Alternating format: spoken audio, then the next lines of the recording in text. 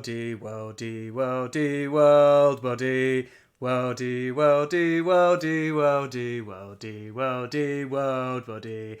Absolute worldie, absolute world. That's enough of that. What are you doing? Worldie, absolute world. It's Ode to Joy. It's the anthem of Europe.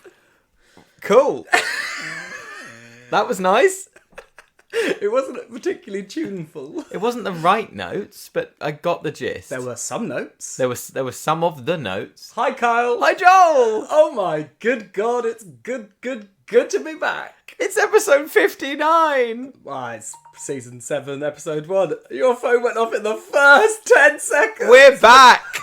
Why should we go on pretending like we're savvy? Things happen, Joel. If this last 18 months has taught us anything, is that things happen. I think that's a lesson that us and our listener will share. Things happen. Hello, listener. Welcome. How are you? We haven't heard from you, a peep out of you since January? No, not since. Oh no, we did an ESL special in April. Yes, we were deluged, Kyle, if you remember, by people saying, I don't understand why everyone's so unhappy. Can you do an emergency episode? And we did an emergency episode. We recorded it, we edited it, we got it out in record time for us, actually. And by the evening, the whole thing had fallen apart. Our most dated episode was dated within 35 minutes of being broadcast. People were very thankful. A lot of people have messaged me and said, I didn't understand it until you explained it, but it looks like it's not a problem anymore. I was like, well, who knows? Maybe it'll come back. Well, listener, forget about the European Super League. Fuck the European Super League. We're here to talk about the European Championships. 2020. Pardon? It's the European Championships 2020, Kyle. But it's 2021. Well, I don't know about you, but I certainly don't feel like I've had a year. What? I don't know. What's happened? Why have they... Oh, it's postponed from last summer. That's some great acting. I was like, does he not know? Why did they do that again? I can't think what they... We're not really in a place where we can start joking No, about it's too COVID, soon, so we're not too going to do that. Hashtag. Yeah. Well, it's happening at least. Yes. With very reduced attendances, but it gives us and you something to go to the pub for, apart from the fact that you can. Yep, you can go to the pub, and you can go to the pub and watch football. How unbelievably exciting is that? Kyle, Euro 2020, happening in summer 2021. What is exciting and different about this Euro 2020 competition, other than the fact that it's happening in the wrong year?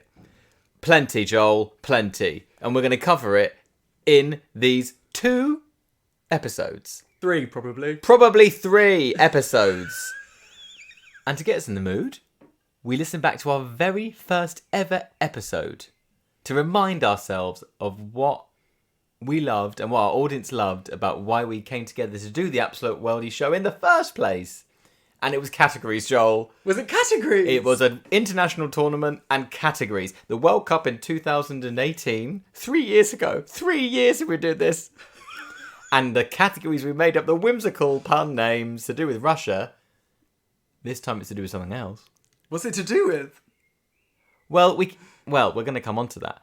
But we thought about doing pandemic-themed categories. Yeah, we thought, you know what our listener wants? Pandemic puns. And then we changed our minds. We tried some and we thought, this isn't funny. No, this is awful. People are dying. Yeah, it's gross. And there's been, a lot of horrible things. So instead of that, we're going to distract you. And we've got categories, guys. We've got 4 categories per team. We've got all of the teams. How many teams are there, Kyle? 24! 24 teams times 4 categories is a lot of information. And what's going to happen is you're going to be in the pub with your football-loving mate who really wants to watch Croatia versus the Czech Republic. And you don't. We know you don't, but you're going to be there and you're going to bust out one of these factoids that we've got for you, and your football-loving mate is going to go, oh, how did you know that? And you're going to say, I learned it from the Absolute Worldie Football Podcast. Quickly, get Apple Podcasts open. I'll wait.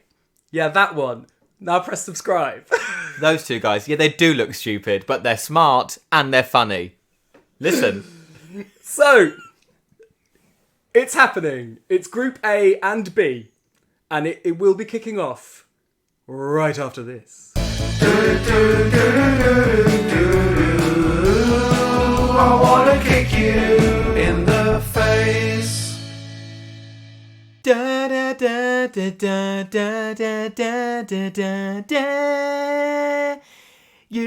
2020, Euro 2021. Yeah, that is Martin Garrix with the official Euro 2020 European Championships anthem. Joel, what do you think? I mean, it sounded a lot like you just singing, but it's a great anthem. That's because it's so damn catchy. I can't get it out of my head. Oh, Martin Garrix. Are you encouraging our listener to download the Euro 2020 anthem? Well, here's what I think about anthems, right? The Champions League one, very famous. Everyone knows The it. champions! The Europa League one. Don't know it. Da-da-da-da-da-da. That just sounds like a game show. No, it's really good. That sounded like Countdown. Du-du-du-du-du-du-du-du. There it goes. Oh, oh. And they're deliberately designed to have a chant-like element because they hope that people are going to take on the brand and chant it in So stadiums. just give me another burst of Garrett's. No No one is going to be singing that at any stadium. It's too high. It's terrible. We've been campaigning for football fans to get their act together and do choral singing for years, Joel. Yes, years. Deaf ears. So, I like that tune. It's very Eurovision. I feel like it's setting us up for this European tournament, this continent-wide European tournament. Now, why have you put on a special voice and leant even further into your mic to say that? Maybe we'll come to it when I get to Group B. Okay, so we're not going to explain the Nope. Before Okay, we get to fine. the groups, we need to explain the categories. Categories. That's what why you're here here. for. It's literally just so you can say what crap puns do the boys come up with, and then turn the episode off. Now, listener, you probably went back and listened to episode 1 to 6, and you probably remember that we did a Russia-themed World Cup podcast because the World Cup was being hosted by Russia, and it was all geared towards Vladimir Putin. This time, not so. But here are our 4 categories. The first one for your factoid for you to use in the pub, or wherever you are, family, home, garden, whatever. Euro don't say. Euro don't say. Let's try again. You try and do it. Hey, let me tell you this amazing factoid I learned on a podcast. Euro don't say. It does sort of work. Just about. Euro don't say. Euro don't say. That's the factoid. You will get factoids. They might be football related. They might be politics related. They might be absolutely nothing to do with anything other than the name of the country. But you will get a factoid per country. What is the second category, Kyle? Continental.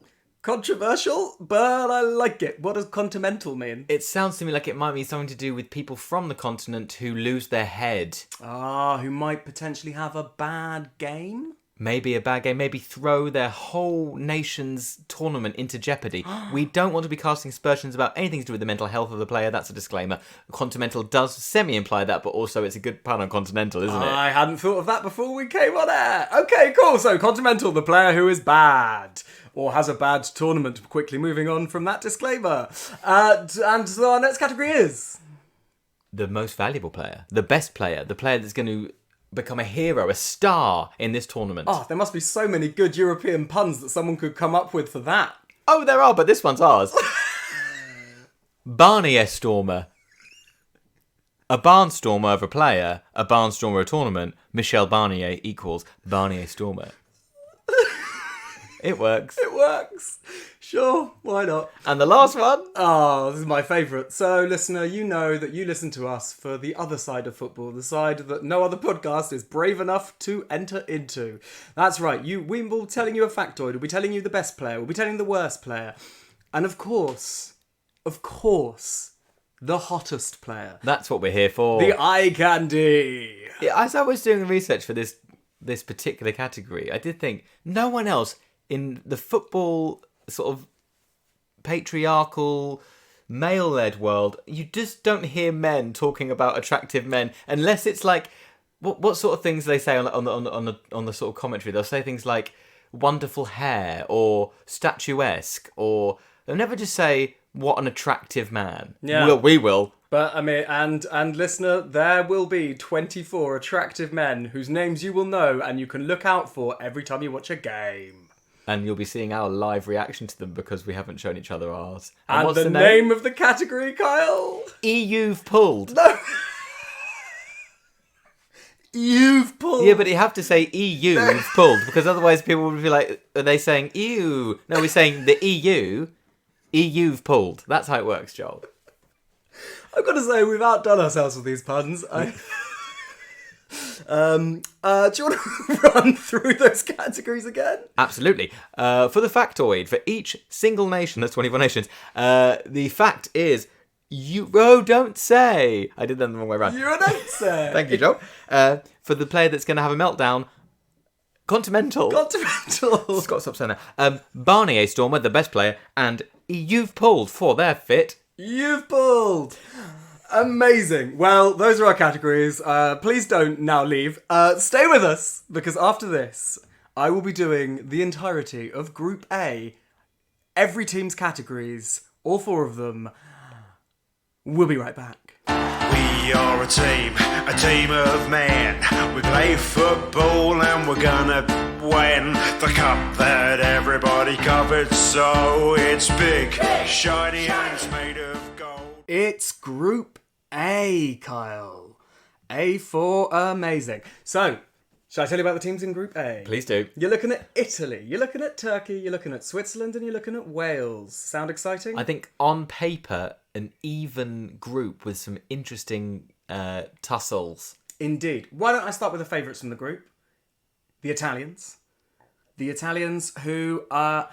Well, let's put it this way. You and I, during the World Cup in 2018, became obsessed with this new fad of squad announcements. Oh, they're the best. They're so good. They're almost better than the tournament. Well, I'll be honest with you, I could have talked about Italy's failure to qualify for that World Cup or many other things in my Euro Don't Say section. But instead, I'm just going to outwardly describe for you their squad announcement. Please do. So, basically, Rai, the Italian channel, RAI, Rai? Rai. Oh, We started as we mean to go on. We've got 1 out of 24 nations. We've already done an accent. Yep, that's good. Good. Anyway, so they will be screening some games in Italy, and so they decided, in order to get some more eyes on the prize, rise on the prize? Sure. They decided to do a 3-hour, Kyle, behemoth of an entire show devoted just to telling the Italian public who was in the squad.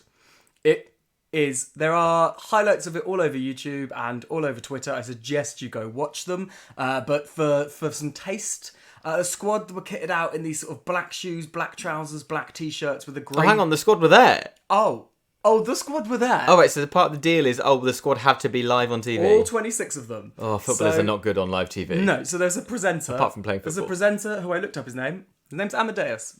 Let's not worry. So, literally... this was not even the shortened squad. This was the preliminary squad, so there were players to be cut from this. Have they done the cuttings live? They didn't do the cuttings live, but those players who were announced on that thing, which was then obviously not be taken. Imagine if they did like judges' houses. We've all gone to Mancini, the manager's house, and you 6, I'm sorry, you're going to sit in the garden, you're not coming. No, there were 30-something chairs lined up on side of the stage, and the presenter went, first up, it's...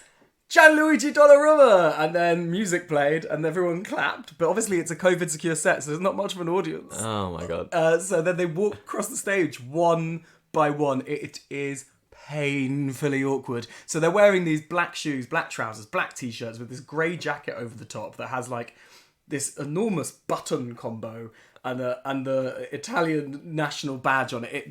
They look so uncomfortable. And then the Italian musical artists Colapesce and Di Martino came on, and they did Musico Legarissima live with the players all on the stage. Horrendous.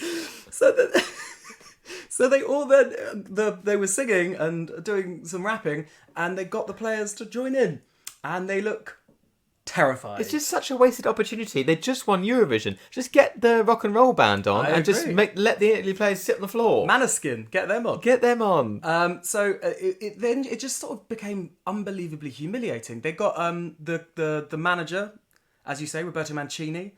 Used to manage in this country. Used to manage Man City at one point in time. They got him and his assistant Daniele De Rossi to play paddleball with frying pans and a tennis ball. I thought Italy was the land of sort of high culture and sartorial elegance. Listen, what's amazing is it just got weirder. So then they got Gianluigi Donnarumma, who is 6'5", the goalkeeper, Ciro Immobile, who's 6'1", and Lorenzo Insigne, who's 5'8", to stand in height order whilst they did the backing vocals for some rapping. Cool. Yep, it looked hilarious. It looked like that old sketch with John Cleese and the two Ronnies. I looked down on him. And You won't get this analysis in any other podcast. No, nowhere else. Then it got weirder. Stefano Sensi, who has had an amazing season this season and has made his way into the team, had to dance in front of his manager And the nation. Yeah. And then, of course, at the end, empty studio pretty much. All of them had to sing the national anthem. Out of tune and bellowed. Basically, it was like a sort of weird fever dream that eventually, when you think about it, a few of them will have done the show and then found out in a couple of days later that they were cut and weren't making the squad. It's sort of like a Fellini surrealist movie. Yeah, pretty much. And and how fitting. How fitting for our first Euro Don't Say to have a Fellini surrealist quality. So, listener, you're in the pub, you're watching Italy, the opening game, Italy versus Turkey, and someone says, I don't know much about this Italian team, and you say, you didn't see the announcement video, and then you're off. You didn't see the 270-minute announcement video featuring the manager and the assistant manager playing tennis with frying pans. What are you thinking? That is our first category. We've done it, Kyle. It's happening. First thing done. You don't say. Who is going to have a Barnier Stormer? I think, Kyle, it's going to be Gigi Donnarumma. He is the 22-year-old goalkeeper. He is only 22, but he has somehow already made 215 club appearances for his club side Milan and 25 for Italy at the age of 22. I think he is probably the most exciting young goalkeeper in Europe, and most importantly, he is leaving Milan this summer on a free transfer, and he could go anywhere. What is Italian for shop window? I don't know. Benevent? No. Anyway, so he's putting himself in the shop window, but more importantly, he literally has his pick of clubs. He could go anywhere that he wanted, and he will put on a show. He's been hotly tipped for a very long time. At the age of 16 years and 242 days, he was the second youngest goalkeeper ever to start a match in Italian football. And since he was 16, he has been the starting goalkeeper for Milan. So he is my hot Barnier Stormer tip to be keeping Italy in games right at the death. I can see him saving penalties. He's tall, he's athletic, he's a quality keeper, and you know I like a quality keeper, Carl. That name again? Gigi Donnarumma or Gianluigi Donnarumma, depending on how informal you're being. So the fact that he has already out of contract doesn't mean he's not going to have to do a runner. No, it doesn't work. Donnarumma, yes. Let's move on. Continental. Who's going to ruin things for the Italians? I'm sorry to say. So, I did mention they failed to qualify for the 2018 World Cup. And when they failed to qualify for the 2018 World Cup, a then sprightly 34-year-old centre-back said, I'm retiring from international football.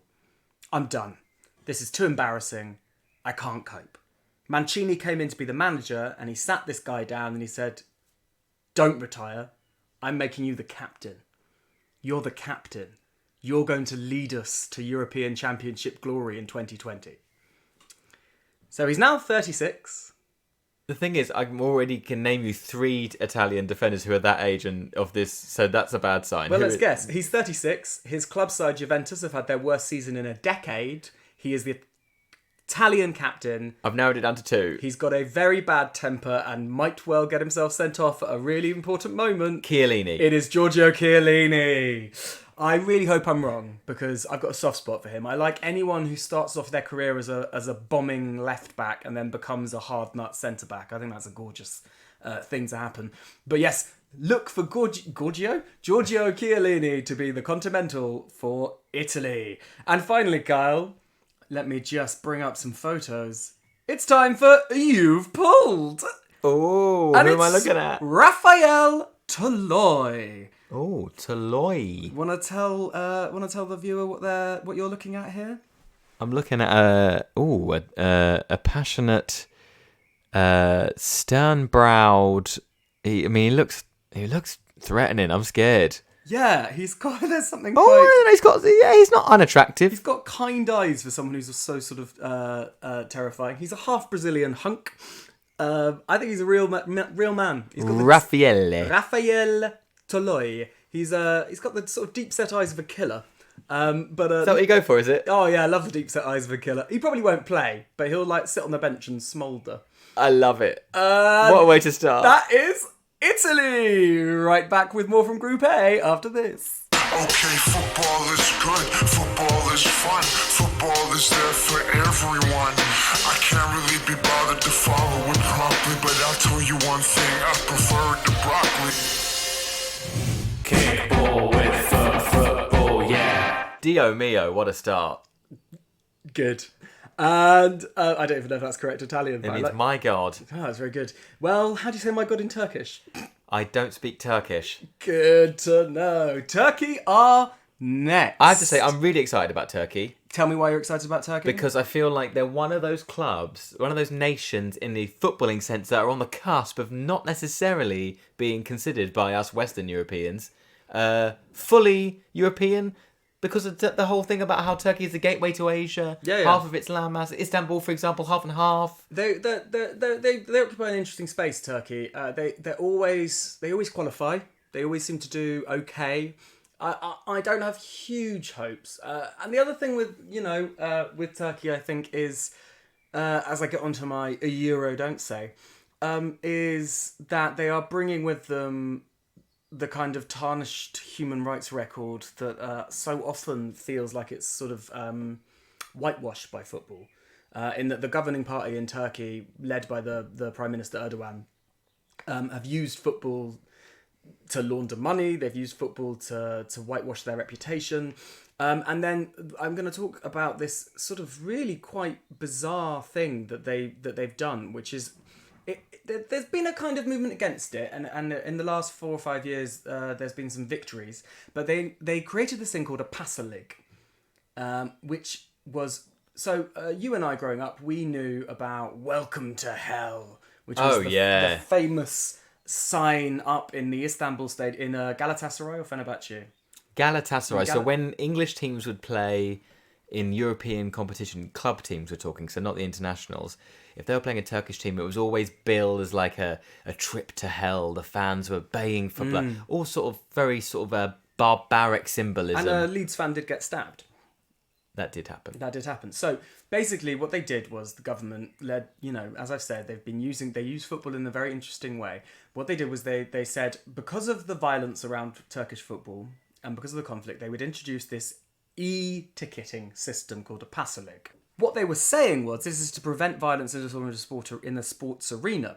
And when the system initially was brought into play, only asked for an ID. Then when it was implemented, they asked every person who was going to go to any first or second division match in Turkey for their occupation, their family status, their address of residence, and other personal details. What happened was a 90% drop in Turkish people going to football. Are we talking national team or club teams? Just Club the whole team. Okay. Club team. The truth, if you want to, that's the President Erdogan chatbot going off. We've never had that one before. Yeah, I know, it was quite intense, wasn't it? Basically, Passalig is a trademark that was owned by a bank. Right. And the bank, Active Bank, has a parent organisation called Kalik Holding, and the president of Kalik Holding, the son-in-law of the president of Turkey. Okay. So this sounds a lot like that. I know this is before our time, but we've all heard of it. Us sort of football hipsters looking back to the past to explain certain things about England fandom. Margaret Thatcher had an idea to give England fans a special type of passport so they could control which fans, quote unquote, could get into the games. It's similar. It's not a new idea. No, it's not a new idea, but it was. But what it was really doing was a way of tracking their society. Turkish democracy is continually being undermined, and football is one of the major popular pastimes in Turkey. But they want to track people, they want to know who's going where, and they want to undermine democracy as much as they can. And what I will end my Euro Don't Say talking about is the fan group, forgive my Turkish pronunciation, I believe it's Kashi, who are a group of working class, social-minded, anti-racist, anti-sexist, anti-fascist, pluralist and ecologist fans of Besiktas, who are the third team in Istanbul. And what They won the league. Yes, and what they do is they use their stadium as a platform for solidarity, for dissent, to hold up banners against Erdogan. And what he was really doing was finding a way of tracking them and giving his son-in-law money. It's pretty gross. But I feel really terrified that we're going to get taken down, and that is a sign of why we should be scared of Erdogan. yeah, We've done which different sort of what do we call, not chatbot? Yeah, chatbot. We've had Trump, we've had Putin, we had Saudi Arabia. and it's weird that the scariest one for me was Erdogan. Well, when the Kashi were protesting against the Pasalik outside the stadium, they were water cannoned, tear gassed, pepper sprayed. So, basically there's a feeling that Erdogan's taking the country down a path away from democracy. And it's interesting because the Kashi have a rebellious spirit, as does Besiktas. Of the three big teams, it's the kind of non-traditionally... the rich people don't support them. I'll end this Euro Don't Say by saying there is an interesting fight going on in Turkey between the leftist anarchist fan group and the incredibly authoritarian, nasty regime. And if you're going to support Turkey, maybe do it with your fist in the air and your Kashi badge on. That's my Euro Don't Say for Turkey. And maybe lock your front door tonight. I will be. Barnier Stormer! It's Kagla Soyuncu. He plays for Leicester. He does. His chiseled jawline and flowing locks have been ubiquitous in 2 excellent seasons for Leicester City as they finished 5th 2 seasons in a row. Quality with the ball at his feet, strong in the air. Defensive linchpin in the making. He is such a good player to build the team around, and he's still really young. He's only 22. Again. But his hair is gross, Joel. Oh, I like his hair. I mean, I'm currently wearing a hairband, listener, so Carl maybe is seeing my hair and seeing Soyuncu's hair. No, but his hair is more like if Aragorn was a footballer. That's very accurate. Look out for that, listener. He does have a sort of elven or Lord of the Ringsian. Whoa, I didn't say King Aragorn. I'm talking about like was it Strider? Like when he's all stringy and gross. Once again, you only this podcast do you come to for Lord of the Rings comparisons with footballers. I think he's going to have a great tournament, and actually, I worry for Leicester because they've had such good seasons, and I worry that if he has a very good tournament, then a very big team could come knocking. Pronounce the surname again for our listener. Soyuncu. Lovely.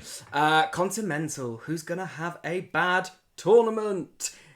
I hope I'm wrong again. I sort of a similar problem, actually. It's Burak Yilmaz, Kyle.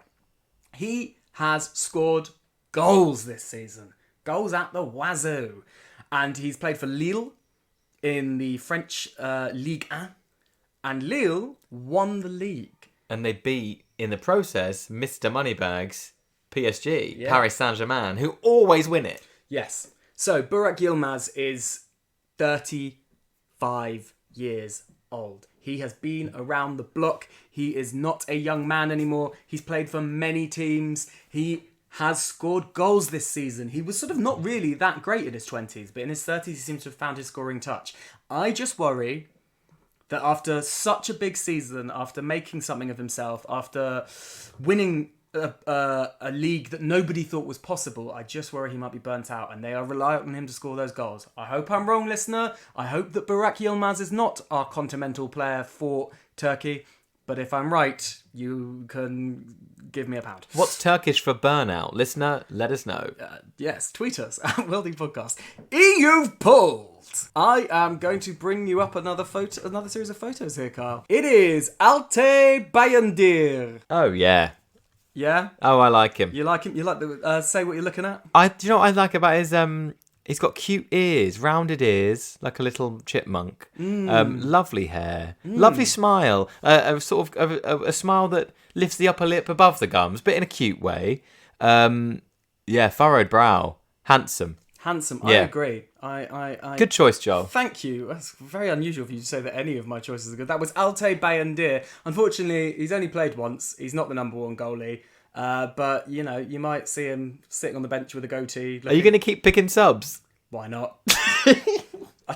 I'm not giving my EU EU've pulled enough. I guess you're not the Turkish manager. Who's to say who might play? Yeah, maybe he will start, and if he starts, listener, then you can rub your thighs like Vic Reeves in Shooting Stars at the end of the 90s. And that was Turkey! Everyone's talking about the football. Do you want to talk with me about football? Yeah. Well, after that slice of Turkish delight, there's only one fondue place to go, and that's Switzerland. It worked. Thank you. I thought so.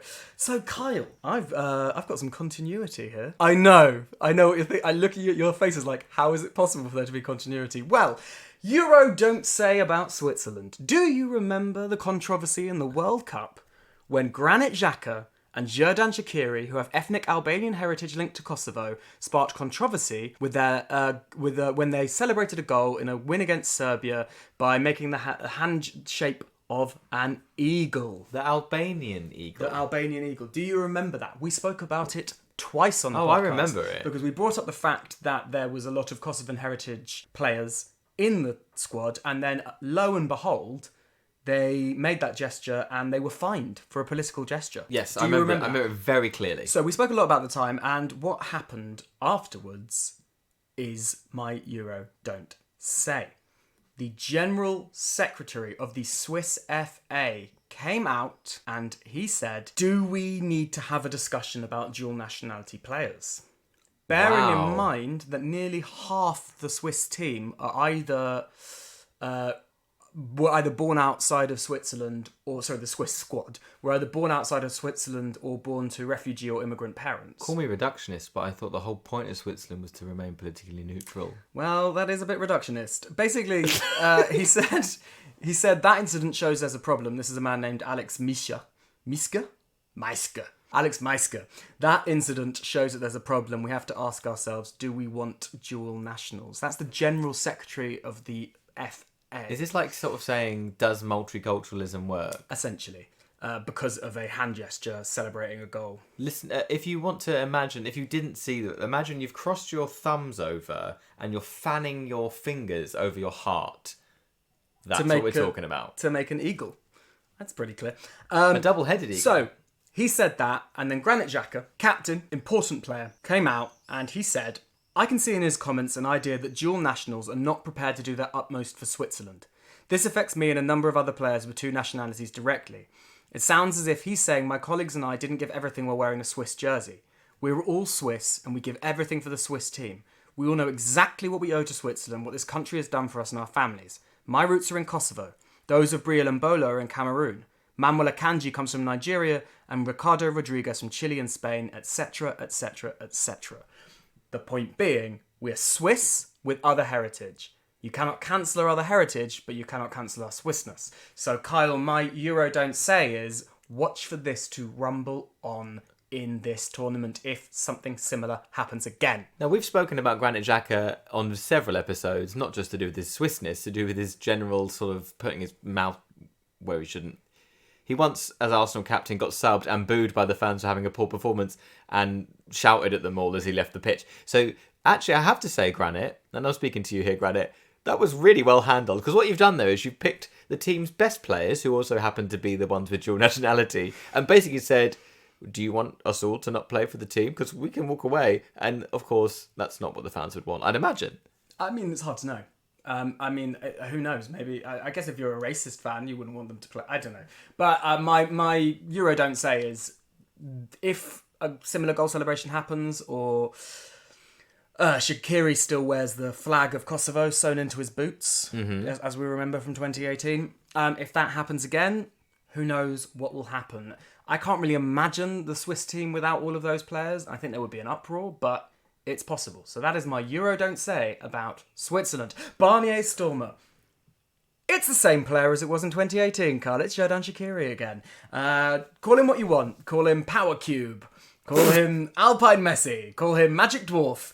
It doesn't matter what you call him. Shack Attack. He is the number one Swiss player. He hasn't really played that much. By the way, all of those nicknames are not things I've made up. I know. Okay, good. I don't think you would use the term super dwarf. Magic. Sorry, magic dwarf, that's even worse. So he wears the number 23 because of Michael Jordan.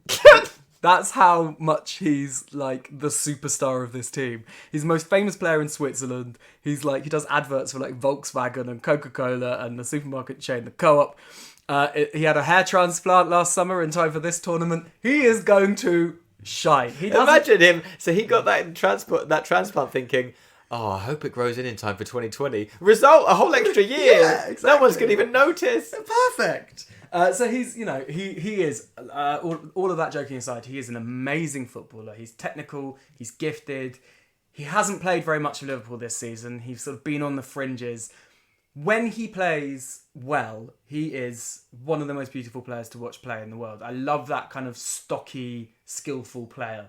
Like, he's got a low centre of gravity. When he's got the ball at his feet, he's got a wizard of a left foot. Like, I just think, honestly, if he plays well, Switzerland will play well. So he's my Barnier Stormer. Listener, players that look like Aragorn, Magic Dwarves, you thought we were listening to a different podcast. Stick with us.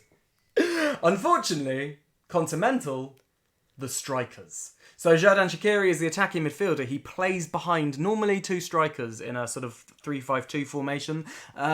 Likely to be Haris Seferovic and Briel Mbolo. And goals are a problem, Kyle. They do not score enough goals. They rely on that midfield. They rely on Shaqiri. But if Shaqiri's playing brilliantly, pulling the strings in midfield and setting up on a plate, and Haris Seferovic and Briel Mbolo aren't scoring, well, you can't win a football match without scoring goals, Kyle. That is one of the rules of football. That is one of the fundamental things that most people know about football. Kick ball with football, yeah, score a goal. That's the fundamentals.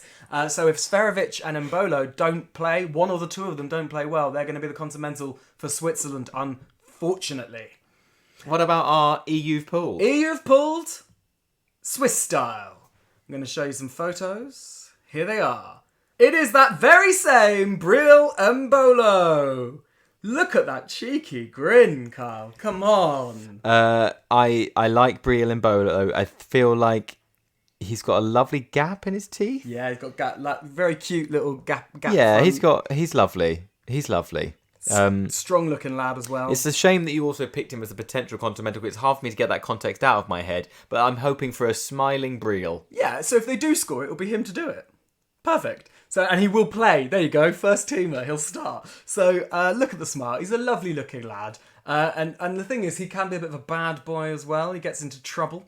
He went to a lockdown breaching party. Briel. But having said that, lovely looking lad, cheeky smile, bad boy, he also set up his own foundation when he was only 18 years old. And the goal of the Mbolo Foundation is to support refugee children in Switzerland to help disadvantaged children in Cameroon and Peru. So, he's a twinkly-eyed, bad boy, philanthropic dreamboat. And that's Switzerland. Yum. Okay, let's wait. Turn the headphones up. Okay, let's do this. Here we go. Kickball with football, yeah. Bread of heavens. No, that's not right. It's not heavens. Oh, crap. That was a Welsh song there for you, listener. God. It's Wales. We have Wales now. To finish off Group A, it's the Welsh. I Joel? feel like that's the kind of moment that you go, can we edit that out? And I say no, so I'm going to leave it in. Yep, that's why I carried on. Wales. Can I guess what you're going to say? Euro don't say. I just think generally it's going to be Gareth Bale, and that's it. Yep, pretty much. Wales, the final team in this group. I love Wales. If anyone were to win it, that would make me happy, it would be Wales. I mean, it's almost impossible, but it would just make me so happy. You say that, Joel, but we were saying the same thing 5 years ago. Wales qualified. That is what I was about to say. So Euro don't say. This is their second ever major tournament. 5 years ago, in 2016, I just love this. They got to the semi-final before they were beaten by bloomin' Portugal. They were, it was just an extraordinary thing just to see this team made up of, admittedly, at that time, 2 or 3 world-class players, but the rest of them were just playing out of their skins. They really care about playing for their national team. And as I've said on this podcast plenty of times, listener, I'm far from a nationalist, but my God, it does bring a tear to your eye for the 1.5 million Welsh people living back in Wales when those boys pluck up their courage to get to the semi-final. And maybe they'll go one step further this time, Carl, and they'll win the whole damn thing. I would put money on that not happening. Fair enough. Euro don't say. Wales hold us up clearly. It's pretty clear they hold a nice place in my heart. They've graced the Premier League with some fabulous footballers over the years. Would you agree? Oh, Ryan Giggs, Mark Hughes, Ian Rush. I was going to say Bruce Grobbelaar, but I mean... So... Who's the goalkeeper? So, Tell me. before you just say more names, you're ruining my game. My Euro don't say is... You asked me. Actually, you didn't. Can you name the top 5 Premier League appearance holders who are Welsh? I'll do it quick. Gary Speed, Ryan Giggs, Simon Davies, Yes. 2 more. Chris Coleman, Nope.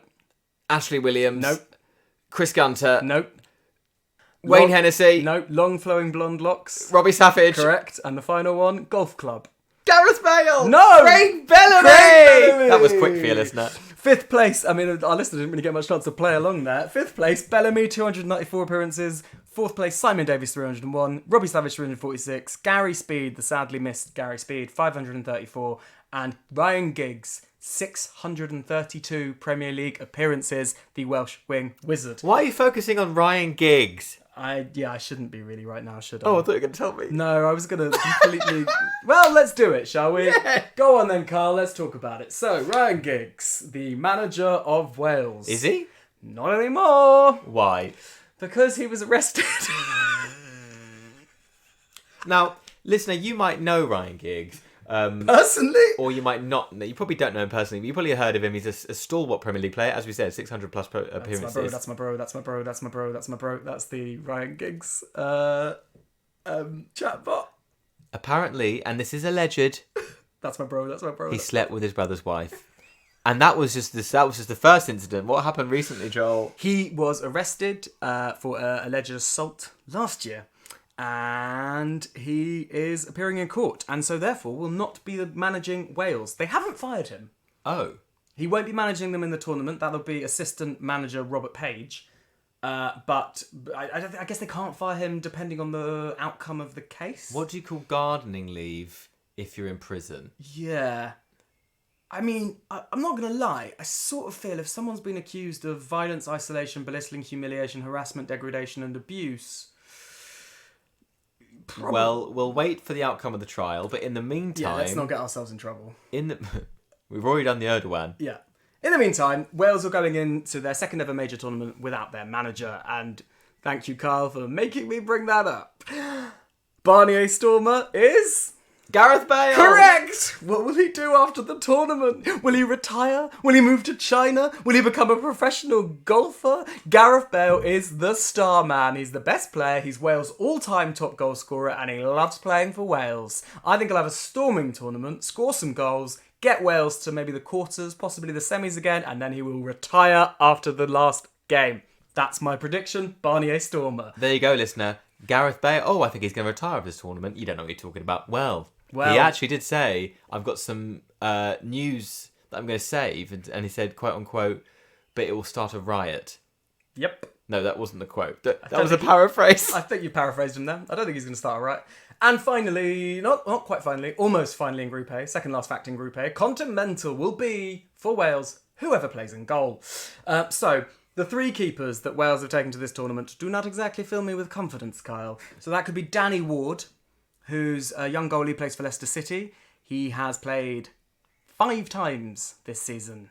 But he was Wales's hero in the last tournament, right? He was their goalkeeper then. No, that was Wayne Hennessy. Are you sure? Yes. Oh. Yep. Wayne Hennessy has gone. He's 34 now, but he's gone to the tournament. He's only played once this season for Crystal Palace. So yeah, Danny Ward's played 5 times, all in the Cup for Leicester. Wayne Hennessy played once in the League Cup for Palace. And then finally there is Adam Davies, who played 20-odd games for a Stoke City side that finished 16th in the Championship. So listener, a normal season is about 50 games long. These players between them have played 30 times. Less. Yeah, Wow. it doesn't fill me with a huge amount of confidence. Basically, I hope I'm wrong, and maybe, it doesn't matter if you've not played as a goalie. But I really, Wales are going to need some luck, and if the keeper has a bad time, then it will be the keeper who's the Continental. So, you've pulled final category in this group is Aaron Ramsey. Aaron Ramsey, the housewife's favourite. I mean, isn't he? Look at him. He's like a matinee idol. He could play. He could be Errol Flynn. Yeah. He definitely looks like a film star. I mean, listen, he's got rugged good looks. He spent the last 2 seasons living and playing in Italy. So now, listener, he's got the cultured vibe to match. I would say he's not my type. Sure, but he'll take you to one of the new art galleries that he's been to in Turin. And that was Wales! And the end of Group A. The referee, he is mad at me, so he's holding up a piece of card. Oh, it dictates that I've made a mistake. Why are the rules so hard? Joel, firstly, may I say thank you for Group A? You're very welcome. I found it entertaining and enjoyable and educational. The 3 E's. Now, I also like to say, secondly, disclaimer listener, I just had a moment listening to Joel where I was well aware that he kept calling these players between the ages of 32 and 35 old. We are now at the stage ourselves in our mid-30s, let's face it. I'm turning 35 during this tournament. Like some of these old players. Yeah. We are now effectively retired footballers in our brains. We've gone beyond. We've gone to the other side. We are now too old to play professional football. Yeah. Or another way, this is our last tournament. Oh, gosh. Let's think about that, Joel. Oh, if only. The manager, like Roberto Mancini, saying, "Joel, come back in from the cold. One more tournament. One more." I don't think. I mean, listen. If the next tournament's in Qatar, so I think if we retire now, it's probably for the best. But also, it's only in 18 months. We will have to have a discussion about human rights before we do this podcast for that. Carl, tell me about Group B. Group B: Belgium, Denmark, Finland, and Russia. Ooh, there's a lovely little Scandi derby there. It does feel like a sort of central northern theme for this group. Yeah. Let's crack on. We'll start with Belgium. The number 1 ranked team in the whole of the world. That was my Euro Don't Say. Joel is doing mine for me. Okay, it was part of mine. Euro Don't Say. Would you consider Brussels in terms of European significance, right? It's the capital of Europe. That's what I wanted you to say. Well, guess what, Joel? There are no games in Brussels in this European tournament, and now it's time to reveal the thing I've been holding on for this whole pod. This is the first time in the history of the European Championships where it's not being hosted by one country, Joel. What does that mean? Hosted by lots of countries? Lots of cities. It's a city-based tournament, and they decided this way before COVID, and somehow, weirdly, terrifyingly, it's become a suitable thing to do. It's completely mad that they're doing it. They've increased the numbers, so it's a bigger tournament, more games, and they thought a nice way to counter that to make sure as many fans as possible could see those games was to host it all over the continent. And, in this era, they thought, back in 2016, wherever this was proposed, cheap flights, people can get from here to there very easily. They thought, this is a great idea. And then COVID happened, and suddenly cheap flights went through the bottom. Yep. It's a bad idea during the time of COVID to be flying people all over Europe for games. Where are some of these games taking place? I'll tell you, there were 12 host cities, Joel. I'll tell you the cities, and you tell me the countries. Amsterdam, Holland, Baku, Azerbaijan, Bucharest, Romania, Budapest, Hungary, Copenhagen, Denmark, Glasgow, Scotland, London, where we are right now, England, sorry, Munich, Germany, Rome, Italy, St. Petersburg, Russia, Seville, Spain, and Dublin. Ireland. Scratch Dublin. I will not. Scratch Dublin. Dublin have decided it isn't COVID either safe. Agreed. economically or morally sound to host games in their city, so they have called it off. The Irish, as ever, ahead of the curve, saying the right things. Well, those games have gone to Rome and to St. Petersburg. So, Baku in Azerbaijan is very, very far away. And also, Azerbaijan did not qualify for this tournament. Why is a game there? It seems pretty bizarre. Baku is, first of all, the land of fire, and I think that's a trademark. And also, Baku is a UEFA, the European governing body, favourite. There's often European finals in Baku. Maybe someone in UEFA's got a... That's the UEFA chatbot. Got a secret in Baku that they need to keep seeing. I, for one, would love to go to Baku. I've heard it's a great place. It's just very, very far away. The jewel of the Black Sea. Okay, you know a lot about Baku. So those are the cities. No Brussels. The capital of Europe. So Belgium, who are, as you said, the highest ranked team in this tournament, and in the world, nay the world, will not be playing any games in their backyard. Now, I would say that's a handicap. Yes. Here's another handicap for the Continental. We just broached it. Old, in brackets, past it. Sorry, inverted commas. Past it players. Tommy Vermaelen, 35 years old, plays in Japan for Vissel Kobe, is going to be starting by all likelihood for Belgium, and he is my Continental. That's sad. I don't like. We've sort of made a thing here where sort of players coming to the end of their careers, and rather than going out on a high, they're going to go out on. Well, no, I had Gareth Bale going out on a high. You did? Yeah. Playing in Japan, the standard of football is not going to be as high as it is in this tournament. So he's also not really played football at the highest level for a long time. He moved from Arsenal to Barcelona in a big move, and didn't play that often for them, and that was 5 years ago. Wow. And he's still making the squad. Well, hopefully you're wrong, and he will be a defensive linchpin. Here's my Barnier Stormer. It's Kevin De Bruyne. Now, Kevin De Bruyne is one of the best players in the world, wouldn't you say? He's my favourite player in the Premier League, certainly. He's a creative midfielder. He can play anywhere from central midfield to attacking midfield to behind the strikers to a false 9. He's an 8 or a 9 or a 10, maybe even a 7 or an 11. He can play pretty much anywhere. His range of passing is exquisite. His vision is unparalleled. But it's funny I should say about his vision, Joel, because he's just had his eye socket dislocated. No, what would you call it? Fractured. A fractured eye socket. Dislocate an eye socket. Dislocate an eye. Yep, sure. He was in the Champions League final for Man City against Chelsea. He got unceremoniously shouldered in the face, and he has got a fractured eye socket, Orbital bone, and a broken nose. I think so. Yeah. So he's in big trouble. Is he going to make it to be their Barnier Stormer? Well, they've said he's not going to play in the friendlies coming up this week as we record, hoping he'll be ready for at least a second group game. Right. Okay. Now, as we said, they're the highest ranked team in the world. They should be able to cope without him, Joel. But will they? You've pulled? I'd love to. Who am I pulling? Axel Witsel. Let me see some Axel Witsel. Not only is that a great name, but Yeah. he is a great guy, and he is... Well, I'll let you be the judge. Oh, Axel Witsel. Look at the eyes. Piercing blue eyes. Very full afro. Earrings. I mean, what more do you want? He looks like a fashion model, doesn't he? Yeah. He's got like an alien look. The sort of beauty that is unique. Yes. And in my choice of beautiful men, I like them to be alien. Okay. And his afro is almost conical around the back. He's just got a very unique look. And continuing with you accusing me of only choosing reserves, I take it he's a guaranteed starter. Oh, Axel Witsel will be on that pitch or thereabouts. So when people are watching the pitchel, they can see some Witsel, and it'll be Gritzel. Yes. And that was Belgium. I only watch football so I can hang with my friends. It's nice to be included sometimes. Kickball with football, yeah. It's dramatic. It's delightful. It's Denmark. Yep, that works. Which commentator was that? I don't know. Oh, maybe John Motson. It was John Watson. Yeah. It was 1992. I was 6. So was I. I don't remember it. Do you? Yes. Denmark won the European Championships in 1992. What was so special about that, Joel? Tell me. They didn't qualify. What? Yugoslavia were disqualified as a result of the breakup of the country and the ensuing warfare there. They were essentially, suspended, eliminated, expelled, and they needed to put someone in. This was back in the day where the tournament only had 8 teams.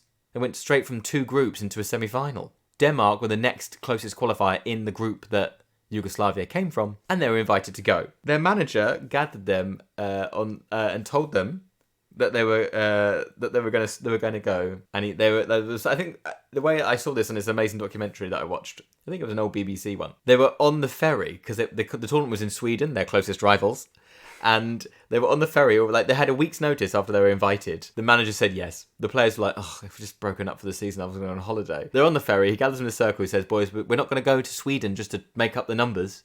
We're going to win this tournament." And apparently, so as their star player Brian Laudrup said in the interview, they all just laughed because they were like, "Well, we're not going to win. We're not prepared. We don't want to be here." They all burst out laughing on this ferry. They won the tournament, That's Joel. great. I love that. Laughing their way to victory. Have you heard of Peter Schmeichel? Have I?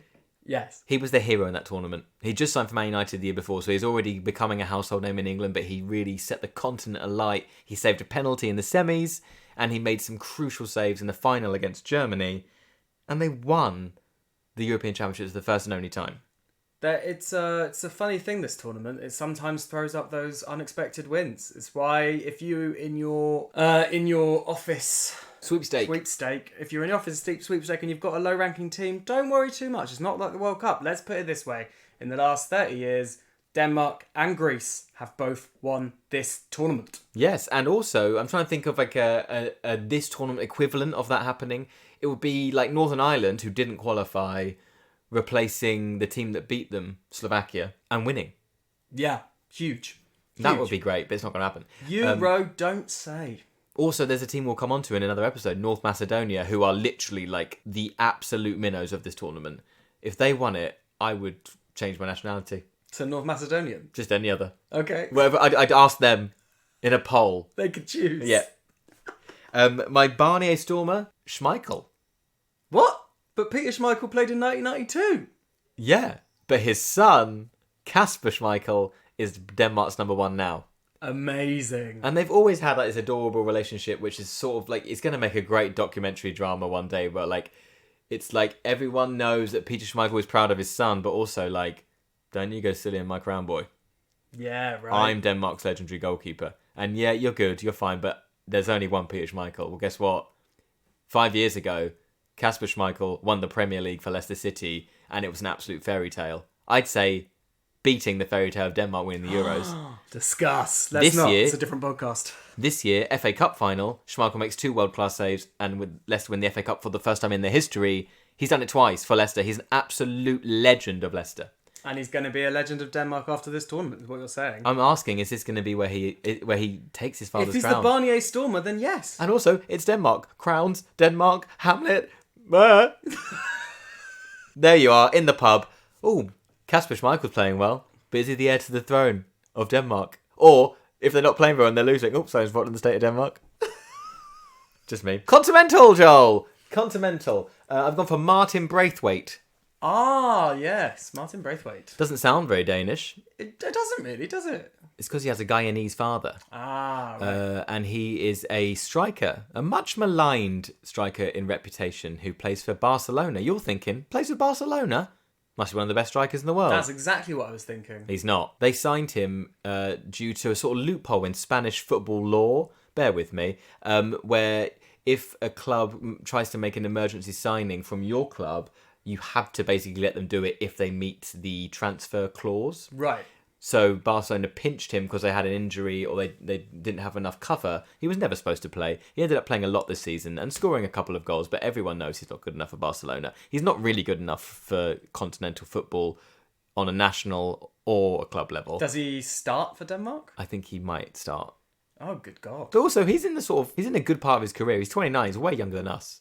This should be his prime. So, but you think he's an absolute scapegoat when they don't score a goal. It'll be they've got Martin Braithwaite up. Yeah, Martin Braithwaite, who's not good enough for Barcelona but plays for Barcelona, but he's not good enough for Denmark and plays for Denmark. I feel like all of our continentals, all 24 of them, we should big them up. We can do a campaign to support those 24 players and also change the name of the pun. You've pulled. Oh yeah, have I? It's Thomas Delaney.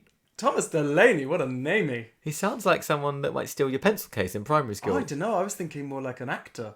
Really? Yeah, have you seen that amazing film that's just come out starring Thomas Delaney? I was thinking more like, Mum. Oh wow, yeah, What's wrong, son? Oh, I got pushed over in the mud today at school. Who was it? Thomas Delaney. Oh, not again, Harold. Well, this Thomas Delaney looks like this. Oh, yeah. Love it. Little bit of scruff on the beard. Sort of short, curly, brown hair locks. Sort of bags under the eyes. I quite like that, though. It's like he looks like he's seen some things. And that he's a caring chap despite it all. Oh, I think he looks like he'd mess around with your head. Well, yeah, He'd neg you. Okay. Do you know what I mean? He'd be like, oh...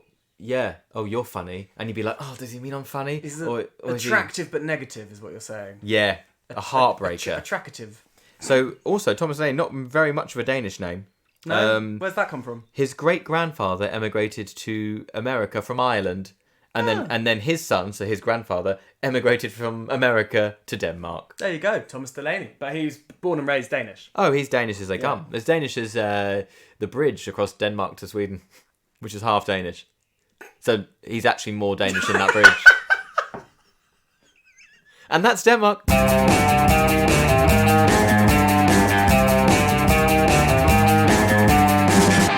Next one, Suomi. Who? Finland.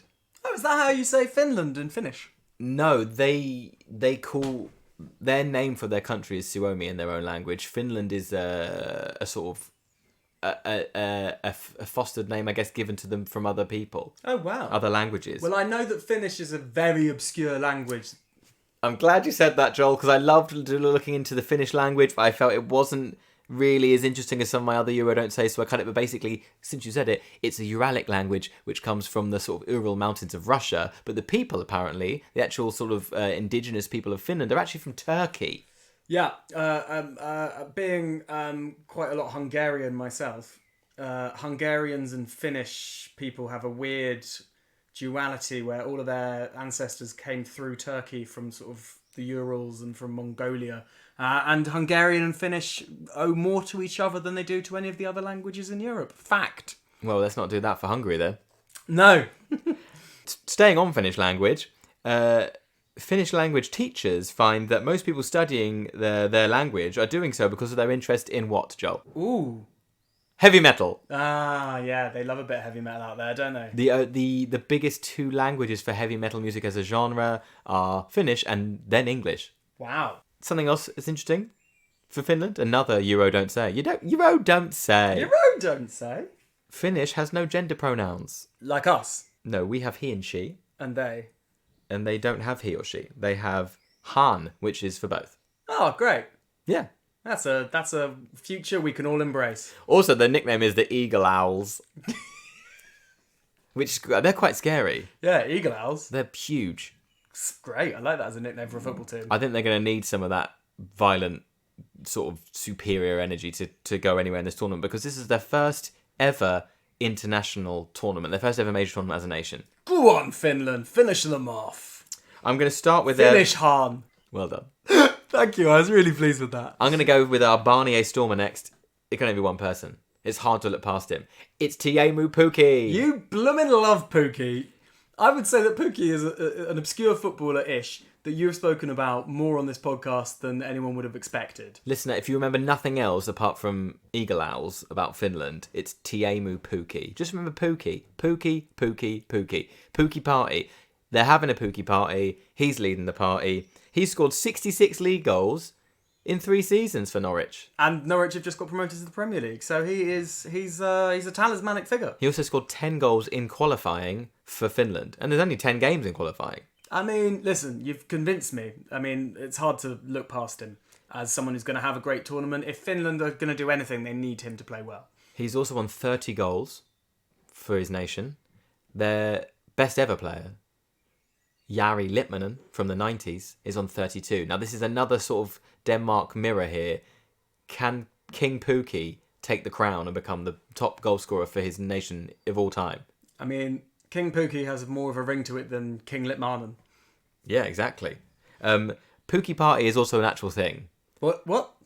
So throwing a Pukki party, when they qualified for their first own tournaments, and about 6 months ago, maybe a bit longer, all over the country, people in Finland were having what they call Pukki parties. That's great. Love it. We'll have a Pukki party live on air. You have a Pukki party at home, listener. Yeah. Continental? Yes. There's some great names in this team. And I could have gone for them just on the basis of their names. There's Lassi Lapalainen. Great name. There's Joel Pohjanpalo. I will be changing my name to that presently. Presently. Wow, you're on one. Yeah. But I'm not going to go for those exotic, beautiful Finnish names. I'm going to go for another oddly English name for a Scandinavian man, Robert Taylor. Oh, I've never heard of Robert Taylor. That's the first footballer you've named in this group that I've never, ever heard of. Robert Taylor's dad is English. Well, why is he not playing for England? Well, that's what I thought might happen. Q in the pub when he has an absolute stinker fans saying, "Oh, should have been in the England squad. Oh, you can see he's English. Oh, and also he's a right back. And if we're going to find anything on this podcast later on in a different episode, there's a lot of right backs in England. That's a fact. It's a right back fact. EU've pulled. Let me see their face. Now I let my wife choose this one, Joel. Okay. Because I was sort of doing my research in bed, and I was like, this will be a treat. I'll look at some hunky Finnish men. Let her. I'll ask her to look at some hunky Finnish men. That's if my crap Welsh singing's staying in, then let her stay in. I don't think they're equivalent gaffs. I'll ask her to save us some potentially hunky Finns. Yep. Here's who she chose. Okay. What do you think? I like the sleeve tattoos. Number 4. I don't think I recognise him. Who is he? Una Toivio. Toivio. Nice. Good name. Let's have a look again. So listener, we're looking at... I like the sort of brown hair going high. He's got the shave coming down into the full beard. I think he looks a bit like that European actor Matthias Schoenaerts. I don't know who that is, but sure. I tell you what he doesn't look like, who he really, really doesn't look like, is you. Well, if you're going to pick someone to be the hottest footballer, you don't pick someone who looks like your husband. I agree. I mean, if you're going to let your wife pick a footballer who's hot, then you really hope that they pick someone that looks like you, though. Fine. He's hot stuff. She's right. Bang on. Perfect. I'm not going to... Listen, I don't want to badmouth anyone for their looks. It's a bit standard. Not my choice. There you go. Was that... Are you finished? I am finned. Okay, let's wait. Turn the headphones up. Okay, let's do this. Here we go.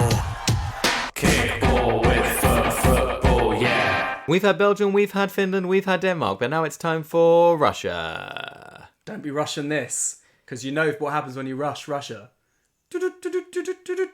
Our old friend. Hello? Yes, we're delighted that you want to come on the podcast. We have to actually come to Moscow. The KGB will be waiting for us. Okay, goodbye. We had to redact everything he said. Euro don't say. This is an amazing... So I tried to find one COVID fact in each of my groups. This is my COVID fact. Euro don't say. The vaccination program in Russia for COVID is called Sputnik. Yep, knew that. Good. Did you know that? Yeah. Oh, it's actually called Sputnik 5. Now, I like to think that they called it Sputnik 5 because they've got a series of programs called Sputnik. Obviously, the first one famously was the first ever mission to have something orbiting the planet. It was called Sputnik. That's why we all know it in this country because of the Cold War, etc., etc. But what was Sputnik 2, 3, and 4? Well, it could be anything knowing Russia. I just love that they... And also, another thing about why their vaccination program... It's so funny that it was called Sputnik 5 is that because it was the first one to get internationally sort of cleared. They were like, we must get ours out first. Sputnik all the way. It's a new version of the Cold War, but we'll get a vaccine before anyone else does. But only 30% of Russians want to take the vaccine. Oh, that's awful. Do you know what Sputnik means? No. It means travelling companion. Oh, that's nice. Will the squad be good Sputniks for each other for their games of Beyond St. Petersburg? We'll find out. You're an excellent, excellent writer. Continental? Tell me. Artem Zuyuba. I've never heard of him. Or Zuba. He's a big striker. He's the captain. He's a brute of a man. Absolute huge guy. Looks like he should be maybe a prop in rugby. Massive. Ungracious. Do you remember John Hartson? Yes. The Russian John Hartson. When you said ungracious, you meant ungraceful, right? You know, you went like he's... I would say by the look of him, he's ungracious. He is getting on a bit. Yeah. He's not as old as us. Okay. But he was massive for them in the World Cup, if you remember, in Russia. They beat Spain on penalties. Yes. And he basically dragged them along. He's terrifying. I mean, there's all kinds of rumours about what PEDs, the performance-enhancing drugs, the Russian national team were on in that tournament, so maybe that's why he's so big. Well, I could have, obviously, this sounds like I'm setting him up to be our Barney A. Stormer, but no, I think that was the tournament that he shone in. I think that one was enough, and I think this is potentially the one where he comes undone. Maybe a headbutt, maybe I'm casting aspersions, but he does look ungracious. My Barney A. Stormer, Alexei Moranchuk. Yeah, great player. He plays for Atalanta, Italian team. They score goals by the bucketful, Joel. In the last 2 years, I think they've got over 200 goals. They don't necessarily defend very well, but that's not his job. He's an attacking midfielder. So I think that he could be their star man. He might not start, but if you're watching a listener in the pub and Moranchuk is coming on, you can say, here we go, Atlanta's star man. Nice. Like that. That's a real good pub fact. You've pulled Anton Shunin. Let's have some Anton Shunim goodness. Oh, wow. Sort of statuesque, very chiseled in the jaw and cheek area, side parting, sort of dirty blonde, sort of light brown hair. I mean, pretty Aryan, other than brown eyes rather than blue. I think he looks like a cos model, Yeah, I know what you mean. and that's why I went for him. Or like a stormtrooper. Well, you can't see what they look like. Oh, no, oh, you can. You weren't talking Star Wars, you were talking Nazis. And we weren't even talking about Germany. No. Well done, Joel. That closes off episode 1. Thank you for listening. Well, hold on. What an amazing, exciting first episode. I cannot wait to dive into Group C and D in the next episode and Group E and F in the third episode. We are, of course, going to be with you through the whole tournament. We're going to have guests. We're going to have quizzes. We'll probably have some watch-alongs. I may be promising things that don't transpire. Are you happy that we're back, listener? Well, we had to redact it. Yeah, we still have to be here anyway, so despite your feelings. Kyle? Yes? Have you had fun? Oh, of course. This is what I live for. I mean, I've had to wait an extra year for this tournament. We've had 8 Euro Don't Says, 8 Barnier Stormers, 8 Continentals, and 8 You've Pulled. And there'll be 8 more in the next episode. Bye, Kyle.